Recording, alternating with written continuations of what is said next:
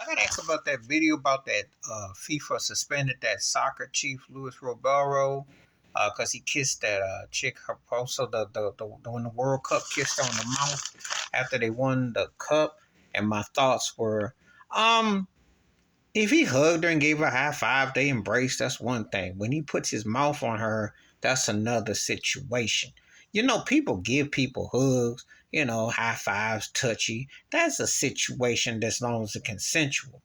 Now, sometimes in this Me Too cancel culture, which is false and a fakery, I'm going to tell you, because what are the lines? People say stuff, do stuff. It happens to men, happens to women plenty of time. What's the fine line? Depends on who you are, depends on the color of your skin, depends on the politics.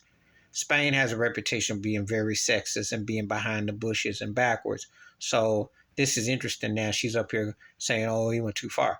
Yeah, the kiss was too far. A hug, when you win something, you get excited. It's understandable. I mean, people are human beings and, they embrace a hug or high five.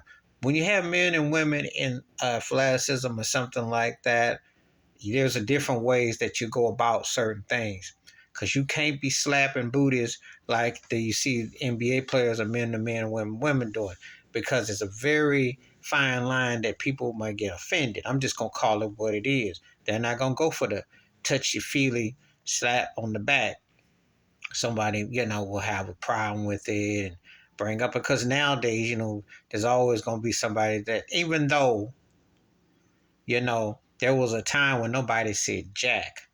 So these things are very subjective. Would I come down on it? Yeah, he went across the line when he put his mouth on her. If he gave her a hug like he was excited they won and they embraced like that for a couple seconds, and he did that with everybody and he was all excited, that's a normal reaction. When teams win, especially when they're not seen to win something, that's a normal reaction. When you put your lips on her lips, y'all better have known each other, got some kind of history, some kind of, some, because then you got some explaining to do. It's going to look a little suspect. Should the cat get a 90-day suspension? Now, I say about 30. And I'd say probably take a course or something for about 15 to 25 of them, get some course, some education, get a stern warning, understand appropriateness and what have you. But a 90-day suspension and to go back and what have you, and hope people forget it, it's been kind of blown out of proportion. I'm going to say that because they should have just kind of dealt with it in house. But media and everything is so sensationalized.